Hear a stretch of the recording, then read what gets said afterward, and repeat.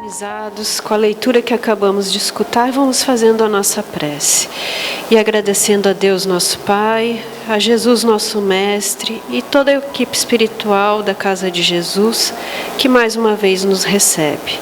Obrigado, Pai, por estarmos aqui hoje, reunidos para escutar um pouquinho mais desta doutrina maravilhosa que muito nos consola, educa e faz com que nós possamos colocá-la em prática no nosso dia a dia e sermos cada vez melhores. Senhor Jesus, te pedimos que nos abençoe, nos proteja todos os nossos familiares e amigos e que nós, Senhor, sejamos sempre mais envolvidos e praticantes do bem. Fique conosco, Senhor, nos abençoe e nos proteja hoje e sempre, assim seja. E hoje temos aqui na Casa de Jesus o Ilo Matos, que é trabalhador da primeira URI de Florianópolis e trabalhador também do SEAC, Centro Espírita Amigos do Caminho. Fique à vontade e ele vai nos falar hoje sobre obsessão. Boa tarde a todos. Que a paz do nosso Mestre Jesus esteja em nossos corações hoje e sempre. Agradeço a oportunidade de estar aqui conversando com vocês, o convite que a casa fez. E o assunto que a gente vai abordar hoje é a obsessão. Esse assunto que é bastante recorrente dentro da doutrina espírita, né? Dentro do movimento espírita, e às vezes ela é abordada até de forma pejorativa, algumas vezes, né? Quem aqui nunca escutou falar, aquela pessoa está com encosto, está com uma coisa ruim, tá? Mas a gente precisa desmistificar isso tudo, porque a doutrina espírita, ela sempre irá nos socorrer, jamais deixará de nos socorrer, mas a gente precisa entender como este socorro vem até nós, né? E para isso a gente precisa entender a doutrina espírita. E como esse é um assunto, como falei, que a gente escuta falar bastante dentro da casa espírita, então a gente trouxe aqui para procurar nos esclarecermos em conjunto aqui, né? Dentro do assunto a gente vai conceituar alguns temas que são necessários para que a gente compreenda o processo da obsessão, que é a faculdade mediúnica, os médiuns e a obsessão propriamente dita, o que ela é, né? Como ela se processa, os tipos de obsessão e a terapêutica, o tratamento. Não gosto muito dessa palavra tratamento, mas não encontrei outra no português para substituir. Então vamos lá. Faculdade mediúnica, dentro dos conceitos que a gente vai trazer para compreender o que é a obsessão. A faculdade mediúnica é uma propriedade do organismo e não depende das qualidades morais do médium. Veja que interessante. Tudo que eu falar para vocês aqui está fundamentado aqui embaixo, tá? Do livro que eu tirei. A maioria deles foram tirados das obras básicas, tá? Então, a faculdade mediúnica é uma propriedade do organismo e não depende das qualidades morais do médium. Às vezes isso nos causa um choque, um baque. Como assim? O médium, então, a mediunidade não depende da qualidade moral do médium? Não, ela é um atributo do corpo físico. Voltou. É um processo obsessivo no computador aqui.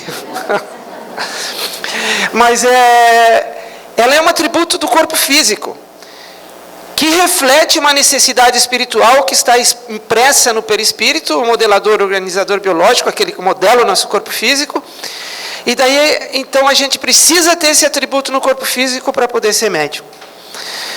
E se ela não depende da qualidade moral do médium, e a gente vê isso com clareza por aí, porque existem médiuns que fazem uso desta propriedade do organismo, fazem uso dessa capacidade de se comunicar com os espíritos de forma bastante equivocada, né? Basta olhar a mídia aí nos últimos tempos, a gente vê isso, né? Mas o mesmo não se dá com a preferência que os espíritos bons dão ao médium. Então, se a propriedade, a capacidade mediúnica, a capacidade de se comunicar com os espíritos independe da moral, não se pode dizer o mesmo do tipo de comunicação que esse médium vai ter. Porque médium é todo aquele que sente num grau qualquer a influência dos espíritos. É por esse fato médium. Essa faculdade é inerente ao homem, não constitui, portanto, um privilégio exclusivo. Então, o médium que tem a mediunidade, essa capacidade mediúnica, essa capacidade de se comunicar com os espíritos, independe da sua qualidade moral. Mas não dá para a gente imaginar um espírito como Bezerra de Menezes, por exemplo, se manifestar por alguém como o Hilo aqui, né? Tem que ser alguém que tenha capacidade para receber essa comunicação dele. Então, essa condição de nós nos sintonizarmos com os bons espíritos, essa sim depende das atitudes que nós praticamos, das coisas que nós fazemos, do que nós pensamos, como a gente vai ver mais para frente aqui, tá? Então, isso é importante que fique bem claro para a gente entender a questão obsessiva, né? Obsessão. Entre os escolhos, as dificuldades que apresenta a prática do espiritismo, como se coloque na primeira linha a obsessão. Isso está em um livro dos médiuns, no item 237.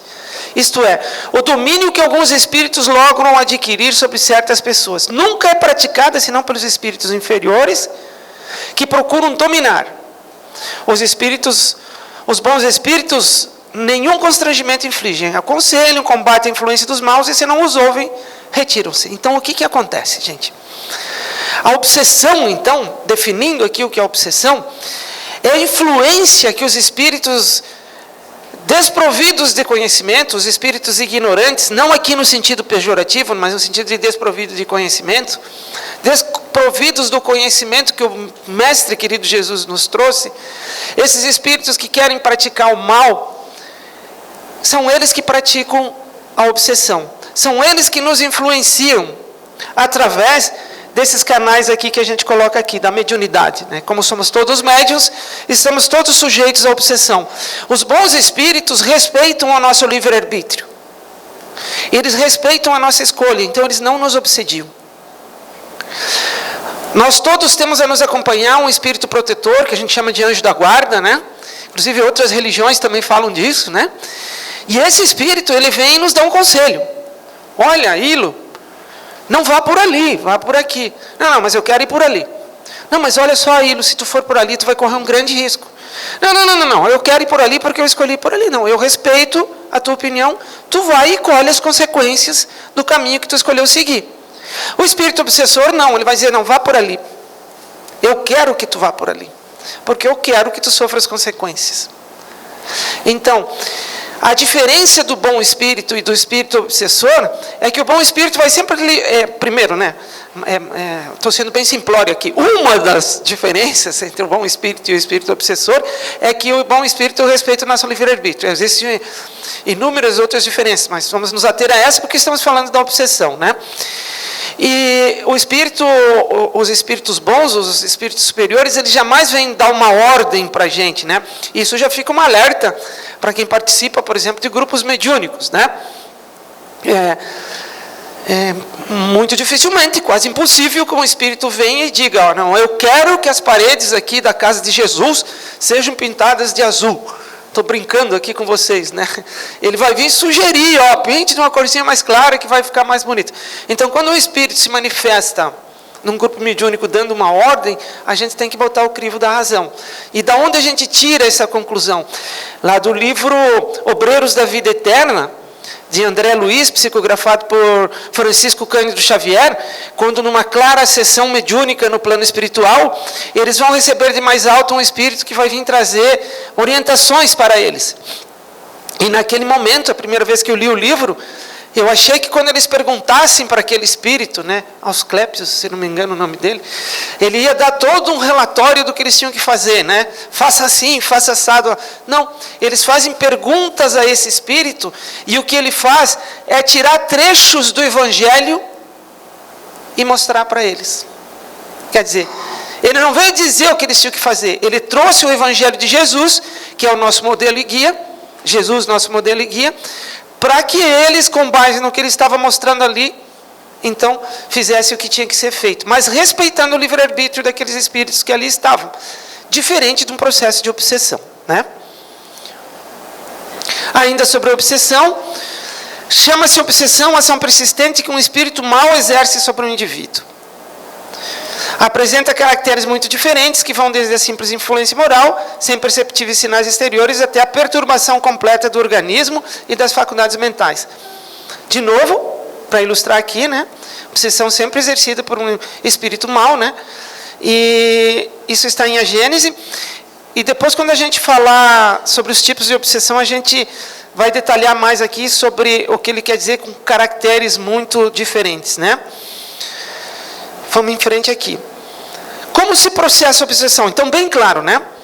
A obsessão, o que é a mediunidade, né? Que independe da qualidade moral do médium. A comunicação, esta sim, depende da qualidade moral do médium. O médium é todo aquele que tem comunicação com os espíritos.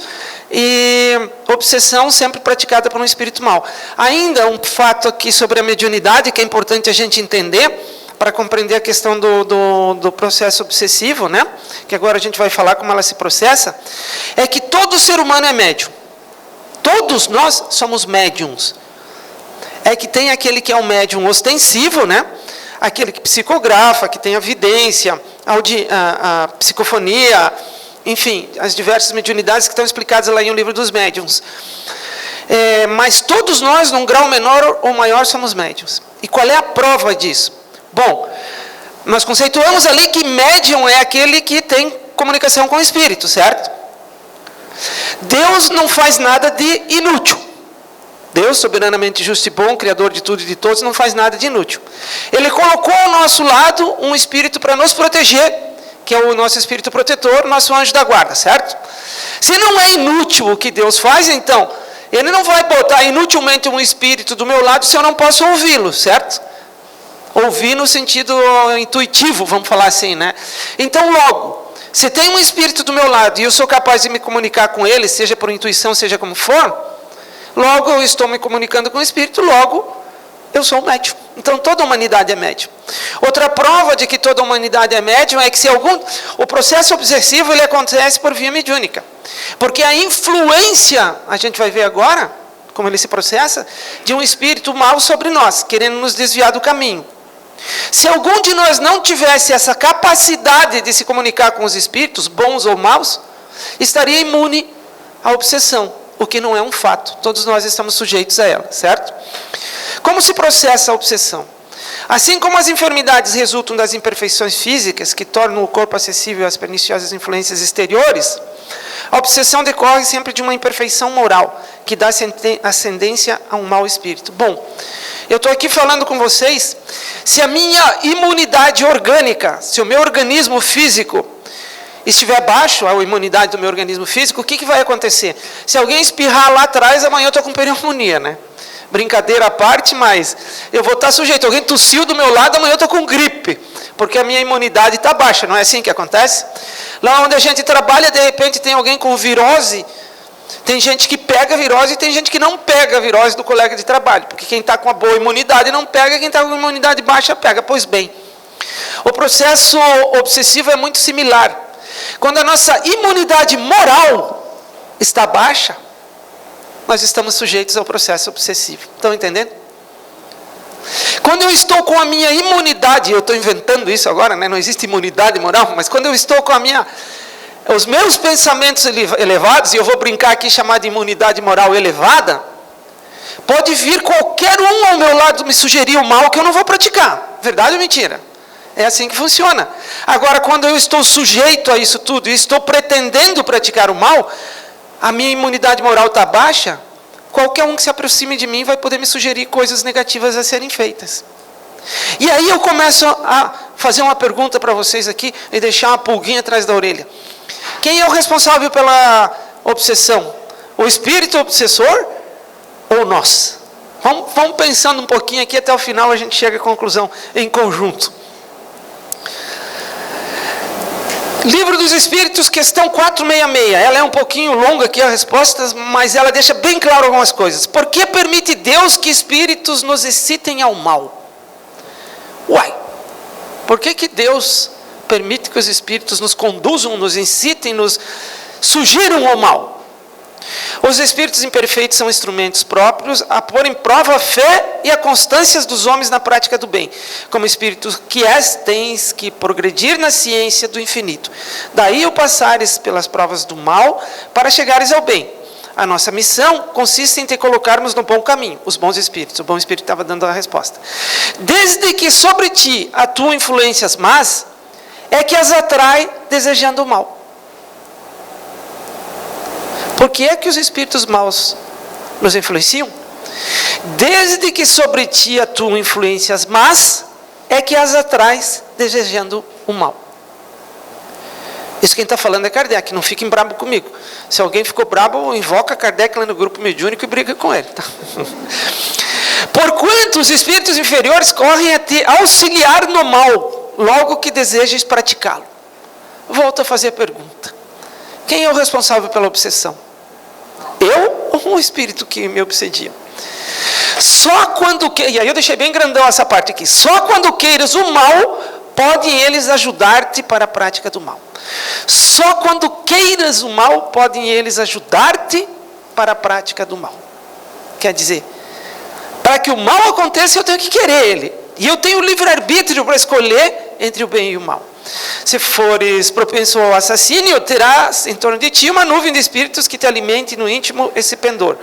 Mas outros também te cercarão, esforçando-se por te influenciarem para o bem, o que restabelece o equilíbrio da balança e te deixa senhor dos teus atos. Então, se tem um espírito que me influencia com base no meu desejo a fazer o mal, também tem outro que me demove dessa situação. Não sei aqui se vocês lembram dos desenhos animados lá do Tom e Jerry, do gatinho, do ratinho que tinha o diabinho no ombro e o anjinho no outro, assim, né? É mais ou menos assim. Mas, de novo, brincadeira à parte, nós vamos ter os espíritos que querem nos conduzir ao mal, porque nós permitimos, e aqueles que querem nos conduzir ao bem também, tá? E como é que se processa isso, né? Porque daí a gente coloca que não, o espírito tomou conta do meu corpo e aí eu fiz alguma coisa que eu não queria fazer. Não, peraí, tira o tom da chuva, segura a onda aí, vamos entender como é que esse negócio funciona. Primeiro, Kardec pergunta aos espíritos: pode um espírito tomar temporariamente o invólucro corporal de uma pessoa viva? Isto é, introduzir-se num corpo animado e obrar em lugar do outro que se acha encarnado neste corpo? André Luiz fala muito do fio prateado, né? André Luiz, para quem não conhece, um espírito que veio nos trazer notícias do plano espiritual através da psicografia de Francisco Cândido Xavier. Ele fala num fio prateado que liga a nós, espíritos, ao corpo físico, né? Como se tivesse um fio elétrico de mim, hilo espírito, ligando na tomada do corpo, né? Não tem como tirar a tomada do hilo desse corpo e ligar a tomada do espírito obsessor que vai falar. Diz André Luiz que depois que esse fio prateado, simbolicamente representado, né, se rompe, a gente desencarna e acabou. E o próprio Cristo disse na passagem sobre Lázaro que se ele já tivesse desencarnado, de fato, nem o Cristo podia ter trazido ele de volta, né? Ele estava em estado cataléptico, né? Então daí o Cristo, com seu magnetismo, conseguiu trazer ele de volta. Mas se ele tivesse desencarnado de fato, se tivesse tirado a tomadinha de Lázaro do corpo físico, não ia dar. Então não é assim que funciona. O espírito, ele não vai assumir o meu corpo. Ele vai sugerir a mim algo para que seja feito. Outro indício claro de que o responsável pelo processo obsessivo sou eu. Que se eu pratico o mal porque algum espírito me sugeriu, é porque eu permiti que assim eu fosse. O espírito não entra em um corpo como entras numa casa. Identifica-se com um espírito encarnado, cujos defeitos e qualidades sejam os mesmos que os seus, a fim de obrar conjuntamente com eles. Olha que interessante isso, né? Identifica-se com o espírito encarnado cujos defeitos e qualidades sejam os mesmos. Então, o espírito vai se aproximar de mim desde que nós tenhamos uma afinidade vibratória. Se nós temos os mesmos desejos, ele fica perto de mim. Para obrar conjuntamente. Mas o encarnado é sempre quem atua conforme quer sobre a matéria de que se acha revestido, gente. Eu não consigo resistir ao mal. Consegue sim. Já vamos ler aqui na questão do tratamento da obsessão, a questão 911, que põe por terra essa ideia de que eu não consigo resistir. Mas a gente vai deixar curioso vocês aqui, depois a gente fala sobre isso. Mas veja, tem que ficar claro isso, tá? Porque muitas vezes, nisso de falar da obsessão, como eu falei, né, que às vezes é falado até de forma pejorativa, a gente acha que o espírito vai tomar conta da gente. Não, ele se aproxima com a sua vibração, que entra em sintonia com a nossa, como está escrito aqui, né? Defeitos e qualidades sejam os mesmos. E ele sugere para a gente o que fazer, mas mesmo aí eu continuo tendo meu livre-arbítrio, para escolher se eu quero ou não praticar o mal que ele está me sugerindo. E aí vem Joana de Ângeles, na introdução do livro Illuminati, psicografado por Divaldo Pereira Franco, falar sobre o que é essa sintonia, né? Porque eu falei que, aqui, ó, eu não, né? Os espíritos falaram para Kardec que tem que ter qualidades e defeitos que sejam os mesmos, que entrem em sintonia para obrar conjuntamente. Agora, como é que eles enxergam e o que são essas vibrações, né? O que são essas vibrações que nós emanamos que fazem com que eles consigam sintonizar conosco?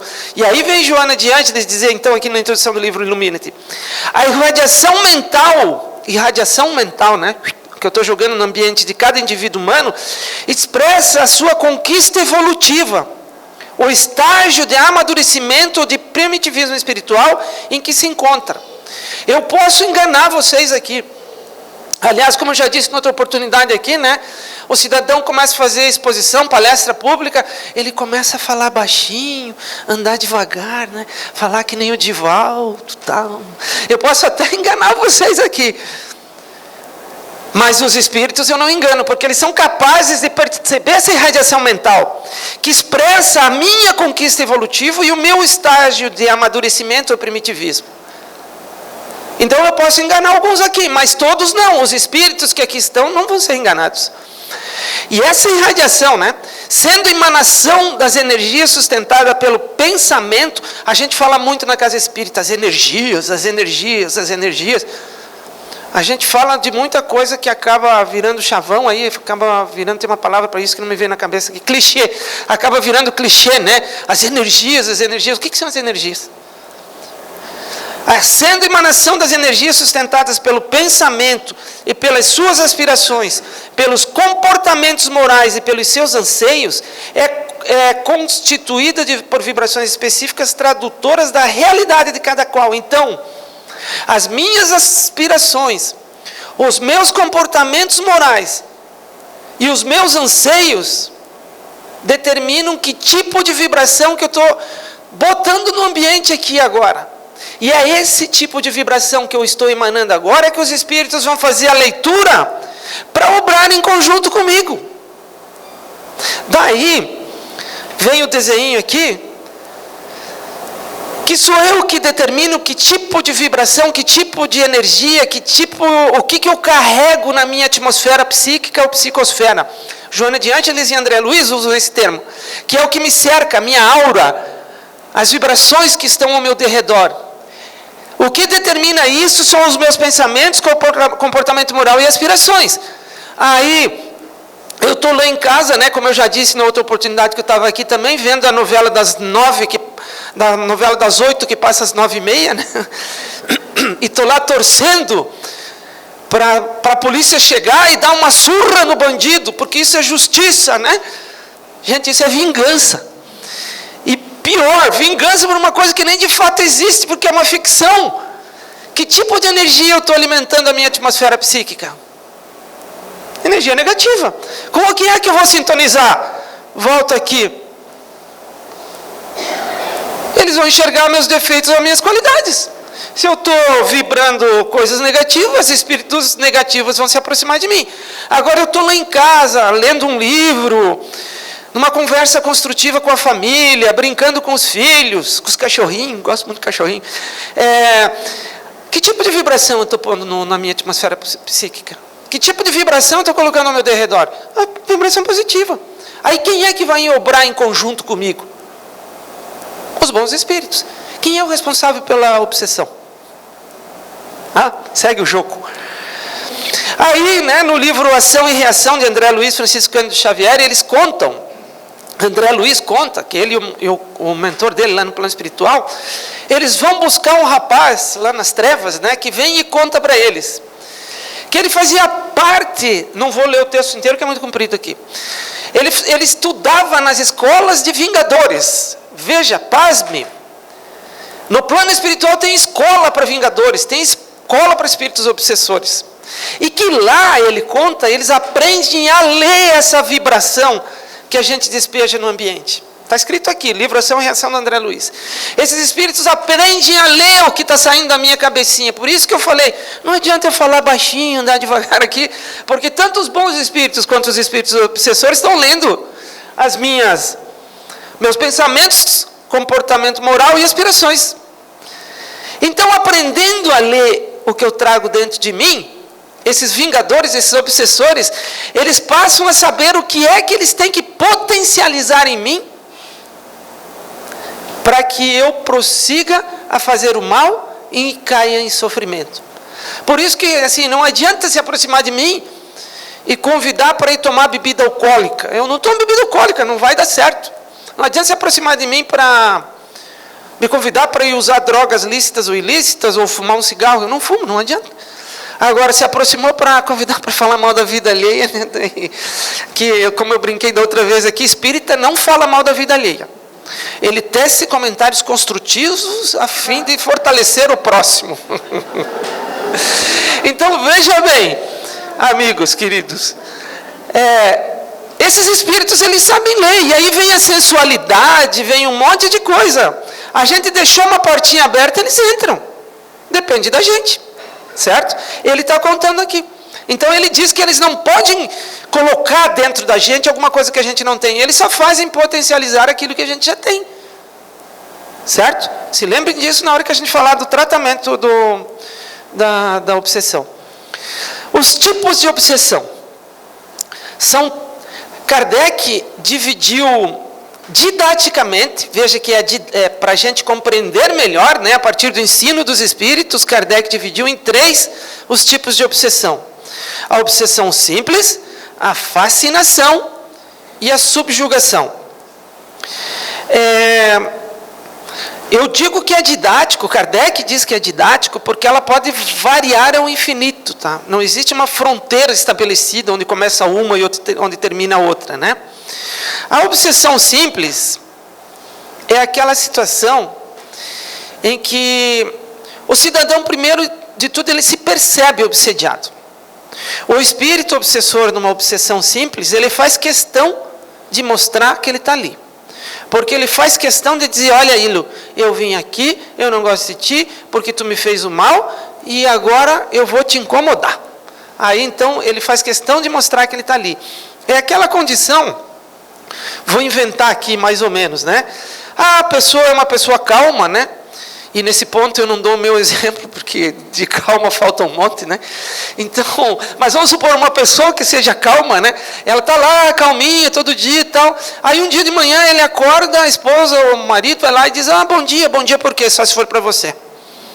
Aí ele chega no trabalho, fulano, tu podia me ensinar? Pô, eu já te ensinei 10 vezes a fazer isso, será que tu não aprendeu ainda? Aí de repente cai a ficha para ele, mas peraí, eu não sou assim, tem alguma coisa de errado comigo, meu Deus do céu. Aí ele se apercebe obsediado. Aí ele diz, vou lá na casa de Jesus tomar um passe, vou lá nos grupos de estudo, na palestra pública, porque eu preciso ver o que está acontecendo comigo. Então ele se apercebe obsediado. E ele vai buscar socorro, né? E daí, se ele realmente quiser se modificar, porque daí ele já estudou lá nos grupos de estudo, lá que ele sabe que ele é o responsável pelo processo obsessivo, aí ele já vai procurar lá mudar as coisas para que ele possa estar imune a essa condição. Isso na obsessão simples, né? A subjugação, que por muito tempo eu pensei que era a mais terrível de todas as obsessões, o espírito quase que toma conta do médium, né? Se eu tivesse subjugado aqui, de repente eu ia começar a fazer coisas esdrúxulas, ia me jogar no chão, ia dizer que isso é uma coisa mediúnica, um negócio louco assim, né? E aí depois no final, o Kine ia dizer para mim, o Kine Fábio ia dizer, meu Deus, Ilo, tu fez uns negócios meio doidos lá. Aí como eu percebo daí que eu estou obsediado, porque eu fiz esses negócios, eu ia dizer, pelo amor de Deus, vocês me ajudem, porque eu não quero estar assim, né? Eu não quero estar subjugado. Então veja, é terrível a subjugação porque ela põe o obsediado numa condição muito difícil. Mas não estou dizendo que ele não seja o causador disso. Ele é o causador disso, o obsediado é o causador disso, né? Junto com o espírito. Mas ele se apercebe nessa condição, e quando ele se apercebe nessa condição, quando ele se apercebe doente, ele vai buscar socorro. Não é assim que acontece? Na obsessão simples e na subjugação. E aí, gente, a fascinação. A fascinação, ela é terrível. A fascinação é a mais difícil de todas as obsessões. Por que ela é a mais difícil de todas as obsessões? Porque o fascinado, ele não se dá conta de que ele está obsediado. No processo de fascinação, eu venho aqui falar sobre doutrina espírita, e aí estou aqui falando, aí vem, de novo Alquine. Alquine vem e fala para mim, Ilo, o que tu falou lá está errado. Como assim, Alquine? Tu vai dizer que eu estou, desculpa usar teu nome, Alquine. Tu está dizendo que eu estou errado? Eu, o Ilo, que só recebo grandes espíritos, tu está dizendo que eu estou errado, quer saber? Nunca mais me convida para fazer palestra nesta casa. Aí eu vou lá na minha casa espírita, lá, daí estou lá no grupo, lá coordenando o grupo de estudo, aí eu falo uma coisa, aí alguém diz, Ilo, não, isso aí não está certo, porque olha, está aqui, está escrito no livro do Kardec aqui, que o que tu falou está errado. Como assim? Está errado? Eu? Palestrante espírita, coordenador de grupo de estudo, quer saber? Vou embora desta casa. Vocês estão percebendo? O fascinado, ele não se dá conta, porque a fascinação é filha do orgulho. Ele não se dá conta do seu processo obsessivo. E desta forma, ele não concorre, ele não vai buscar ajuda para se melhorar. Não concorre pela sua melhora. Aí o único jeito de aplacar esse processo obsessivo, e eu já disse isso aqui numa outra oportunidade também, é com a professora. Vocês já ouviram falar da professora? O nome dela tem 3 letras. Começa com D, tem um O no meio e termina com R. A dor é uma sagrada professora que vem arrancar a gente do processo ilusório no qual a gente se encontra. Então,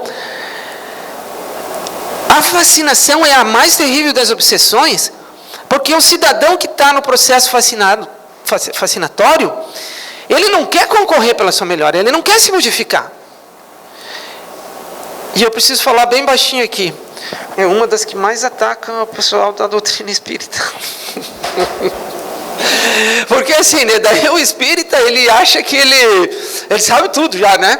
Se perguntar um negócio lá atrás, né, como é que ferve água, o espírita já sabe como é que ferve água, né? Então assim, é uma doutrina especial, eu sou especial e não sei o que. Não, esquece, gente. Todas as doutrinas religiosas são ótimas, são excelentes. Até lá, o muçulmano também, todos eles que nos conduzem a Deus, né? Chame Deus de Alá, chame Deus de Jeová, chame do que quiser, mas se está te conduzindo, se está te reformando intimamente, se está te modificando como pessoa, é bom. Então, gente, a gente fica muito sujeito a isso quando a gente quer subir num pedestal. Porque depois que a gente sobe nesse pedestal, descer dele é terrível. Então tem que tomar um cuidado enorme. E outro ponto é a questão do melindre, né? Que, segundo, acho que foi Divaldo que falou, não tenho certeza, mas eu acho que foi ele que falou que a doutrina espírita tem a maior quantidade de melindratos por metro quadrado, né? Então, qualquer coisinha que tu fala para o espírita, oh, meu Deus, não gosta mais de mim, vou embora. Então, por isso tudo a gente fica sujeito à questão da fascinação. Quando a gente devia estar aberto, gente. E eu insisto nisso, porque, como diz lá na minha terra, de um pé de galinha se faz uma sopa, né? Daí, para tu destruir uma casa espírita num processo obsessivo, é um já. Porque daí essa casa espírita, ela rompe com o movimento espírita, ela rompe com o movimento espírita organizado, com a união, com a unificação, e pronto, desaba. Aí os espíritos obsessores nadam de braçada.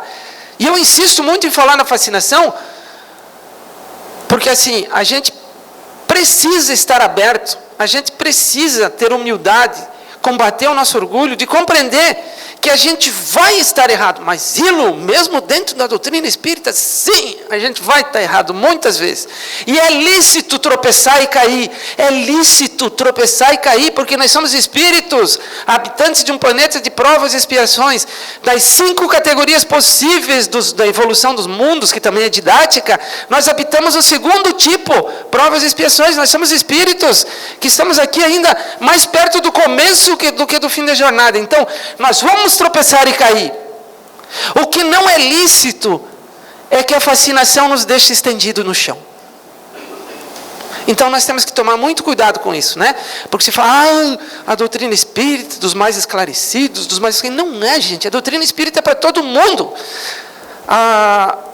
Alquine de novo. A gente foi num encontro lá em Minas Gerais, que tinha até lá, né? O pessoal está trabalhando mecanismos faz bastante tempo isso, faz uns 3, 4 anos, né? 4 anos. O pessoal está trabalhando mecanismos para ensinar a doutrina espírita para pessoas que são analfabetas, né? Para cegos, para pessoas deficientes, tudo tranquilo, gente, a doutrina espírita é para todo mundo. Ela não escolhe raça, cor, poder aquisitivo, é para todo mundo. Não escolhe se a pessoa é analfabeta ou é doutora em determinado assunto. A doutrina espírita é para todo mundo. É outro ponto que a gente se perde, que é a fascinação, tá? Nós não somos melhores nem piores, nós somos iguais a todo mundo, certo?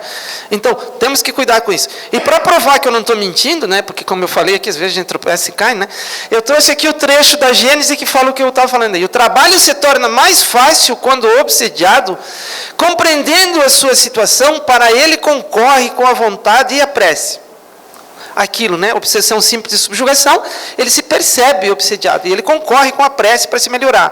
Outro tanto não sucede quando, seduzido pelo espírito que o domina, se ilude com relação às qualidades deste último e se compraz no erro a que é conduzido, o caso da fascinação. Porque então, longe de secundar, de buscar a cura, o obsediado repele toda a assistência. É o caso da fascinação, infinitamente mais rebelde sempre do que a mais violenta subjugação. Isso está em A Gênese, Obsessão e Possessões, item 46. Certo? Então, assim, é difícil, né? O ser humano precisa, realmente, a doutrina espírita veio para nos renovar, porque a gente precisa ser renovado. O tratamento da obsessão. Então, eu acho que ficou claro para todo mundo, né? Que o responsável por ceder conteúdo ao espírito obsessor somos nós. Então, o tratamento do processo obsessivo, ele tem que acontecer tanto no âmbito encarnado quanto desencarnado. Tanto o desencarnado precisa ser socorrido e não arrastado para longe. Preste atenção, né? Ele precisa ser socorrido, quanto o encarnado precisa ser socorrido. Porque, via de regra, a gente entende, como a gente se diz espírita, e acredita na reencarnação, e blá, blá, blá, blá, blá, blá, a gente fala, mas às vezes isso vira clichê também, tá? Porque, se a gente de fato se apercebesse disso, a gente ia entender que hoje, aquele espírito está me obsediando, mas ontem era eu que obsediava ele. Então, eu estou encarnado hoje, ele está desencarnado, ele me obsedia. Amanhã eu estou desencarnado, ele está encarnado e eu obsedio ele. E a gente fica nessa roda de sansara, como fala Joana de Ângeles. Então, é preciso que se trate os dois. Para tratar o espírito, os espíritos bastam, né? Para tratar os espíritos, a equipe espiritual da casa vai tratar os espíritos que nos obsediam. E o encarnado vai ser tratado pela equipe encarnada da casa, como o hilo. Atendimento fraterno, palestra pública, grupos de estudo, né? Passe, a água magnetizada, e aí vai, os recursos que a gente tem. Para que o encarnado se esclareça a respeito disso que estamos falando hoje aqui. E que ele entenda que se tem um processo obsessivo é porque eu estou dando material para o obsessor. E o obsessor vai ser tratado pela equipe espiritual, que tem suas técnicas, que vai conversar com eles. Sempre com o amor do Cristo presente, sempre. Não se amarra espírito, não se arrasta espírito, não se prende espírito em gaiolinha. Isso não existe, gente. Porque todo litígio se resolve a partir do momento que se reharmonizam as partes, não é verdade? E por que tem que tratar os dois? Porque de repente vai lá o hilo obsediado, né? Estou oferecendo recursos para que alguém me obsedie a partir da sensualidade. Aí estou lá eu preenchido de sensualidade, frequentando casas de meretriz e outras coisas, venho aqui para ser socorrido. O espírito que me acompanha, ele é tratado, ele diz, meu Deus, perdi tanto tempo com o hilo, né? Um dia está fazendo coisa para mim, e daí ele, vou embora, vocês me ajudam aí, vou embora, vou fazer minhas coisas.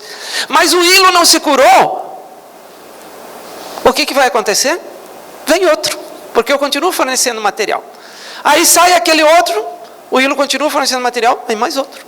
Então tem que se tratar, o tratamento acontece tanto do encarnado quanto do desencarnado. E todo o tratamento acontece por esclarecimento, e ele precisa que as duas partes se reharmonizem. Aí o ciclo está completo. Se querem entender um pouco mais sobre isso, está no Código Penal da Vida Futura, capítulo 7, do livro O Céu e o Inferno.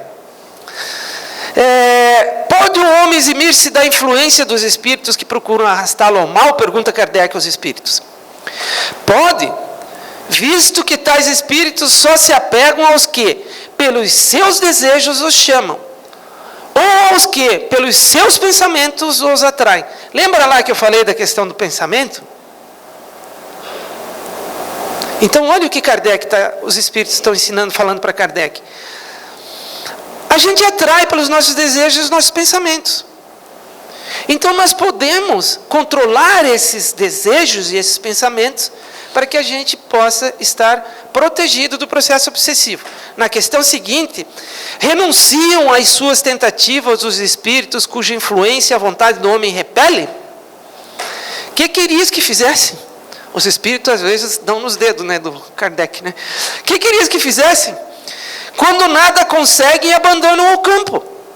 Entretanto, ficam à espreita de um momento propício, como o gato que tocai o rato. O que está querendo dizer aqui os espíritos?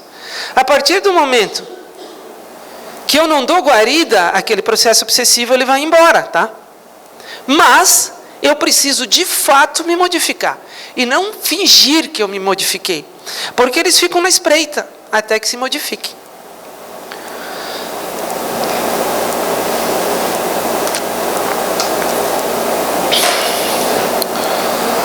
A uma causa física opõe-se uma força física. A uma causa moral, preciso é que se contraponha uma força moral.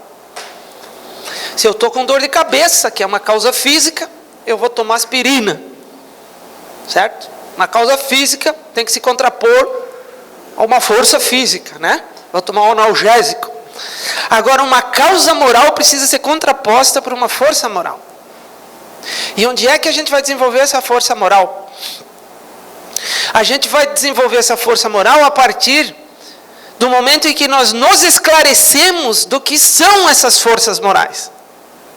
E eu não conheço outra doutrina tão clara quanto essa para falar sobre as leis morais, né? Aliás, a maior parte do Livro dos Espíritos são sobre as leis morais. Mas eu tenho que vir aqui estudar, porque se eu não vier aqui estudar, o que vai acontecer? Eu nunca vou saber, né? Vamos em frente aqui, que agora quem está me obsidiando é o relógio. Vigiar e orar, né? Eu me lembro que quando eu aprendi lá, até os meus 17 anos eu estava em outra religião. Aí eu aprendi que tinha que vigiar e orar, né? Não foi a religião que me ensinou errado, fui eu que aprendi errado, né? Que eu tinha que vigiar para ver se ninguém me pegava, né? Quando depois, na doutrina espírita, eu fui aprender que eu tenho que vigiar sim. Mas eu tenho que vigiar o que eu carrego dentro de mim, não o que está do lado de fora. Eu tenho que vigiar os meus conteúdos, que são eles que fornecem guarida aos espíritos obsessores. E orar a Deus, para que uma porta como essa se abra, a fim de que eu compreenda quem eu sou e comece a trabalhar no processo de desobsessão. Então eu tenho que vigiar os meus atos e orar a Deus que me auxilie a vencer esses vícios, essas paixões que me acompanham. Pode o homem eximir-se da influência... Já fomos por aí, né? Já li essa aqui. Questão 122 do Livro dos Espíritos, né? 122b especialmente, eu vou correr agora. Essa influência dos espíritos só exerce sobre sua origem, acompanham a influência dos espíritos, né? Acompanham na sua vida de espírito, até que haja conseguido tanto império sobre si mesmo que os maus desistem de obsediá-lo. Gente, o que nós temos que a gente quer adquirir império sobre tudo, né?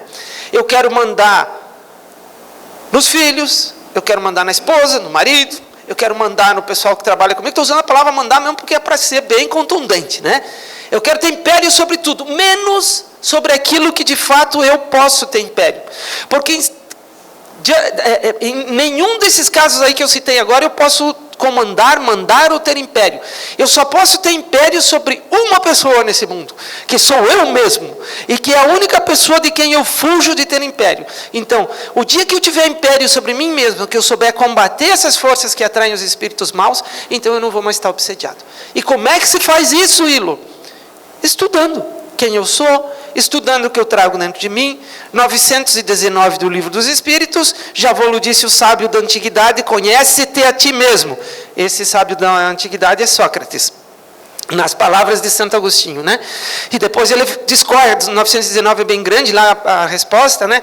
Faze como eu fazia quando estava encarnado, no final do dia, fazia uma análise do meu dia, vi o que era concernente com o que o Cristo ensinou, legal, está tudo certo, o que não era, ele tinha que modificar. Ele não falou legal, tudo certo, né? Porque ele não falava gíria, Santo Agostinho. Mas dê uma lida lá na 919, é bem legal. Agora observe que tudo que a gente trouxe aqui não foi invenção minha. Tudo que eu trouxe para vocês está no Livro dos Espíritos, está no Evangelho, está no Livro dos Médiuns, está nas boas obras espíritas. Então a gente adquirir império sobre mim mesmo é vir aqui estudar. Ou em outra casa religiosa, mas é estudar. E aqui eu não vou botar a resposta, porque primeiro eu vou fazer a pergunta. Tem coisa que a gente não consegue vencer, né? Tem coisa, poxa, mas é tão duro, né? Tem aquelas paixões, né? Aquelas coisas nossas que são... É difícil, pouco mais, eu não consigo vencer isso aí, né? Aí Kardec resolveu perguntar na 911 para os espíritos: não haverá paixões tão vivas e irresistíveis que a vontade seja impotente para dominá-las? Será que tem coisa que a gente não consegue dominar? E os espíritos, né, que vem nos ensinar e não passar a mãozinha na nossa cabeça, responde o seguinte: há muitas pessoas que dizem, quero, mas a vontade só lhe está nos lábios. Querem, porém, muito satisfeitas ficam que não seja como querem. Quando o homem crê que não pode vencer as suas paixões, é que seu espírito se compraz nelas, em consequência da sua inferioridade. Compreende a sua natureza espiritual, aquele que as procura reprimir. Vencê-las é para ele uma vitória do espírito sobre a matéria. Lá no livro do Evangelho segundo o Espiritismo, diz que o bom espírita, que é a mesma coisa que o bom cristão, é aquele que se esforça por dominar as suas más tendências, as suas feridas morais. E aqui está dizendo os espíritos a Kardec na 911 que não tem nada. Deus não coloca fardos mais pesados do que os nossos ombros podem aguentar. Capítulo 6 do Evangelho segundo o Espiritismo. Vamos dar uma lida lá, né? Mas para isso é preciso que nós observemos as leis. E nós precisamos entender que não existe nada nesse mundo que seja tão forte que a gente não consiga vencer das nossas paixões. Então, se a gente diz que não pode vencer estas paixões que atraem o processo obsessivo, é porque a gente se compraz nela. Até eu posso dizer, eu queria tanto deixar de fazer aquela coisa ruim que eu faço. Mas na verdade eu gosto tanto de fazer aquela coisa ruim que eu faço, que eu continuo fazendo. E daí eu tenho que dar uma desculpa dizendo que aquilo é tão forte, que é mais forte do que eu. Não existe nada que seja mais forte do que eu, dessas paixões. Gente, milagres não existem, portanto, tudo que eu falei para vocês eu tirei desses livros, porque se saísse da minha cabeça seria milagre. Por isso que tudo que a gente falou aqui está fundamentado, né? E agradeço de coração a oportunidade de ter conversado com vocês aqui. Espero que tenha ficado claro, né? Especialmente o que é a obsessão, como ela acontece, né? E que nós somos os responsáveis por ela. E que nós temos que trabalhar, não no outro, nós temos que trabalhar em nós, para que isso tudo se modifique, então que a gente passe a estar à mercê desses espíritos que querem o nosso sofrimento. Muito obrigado, que a paz do querido Mestre esteja em nossos corações e que nós saibamos dividi-la com aqueles que sofrem mais do que nós. Muito obrigado, gente.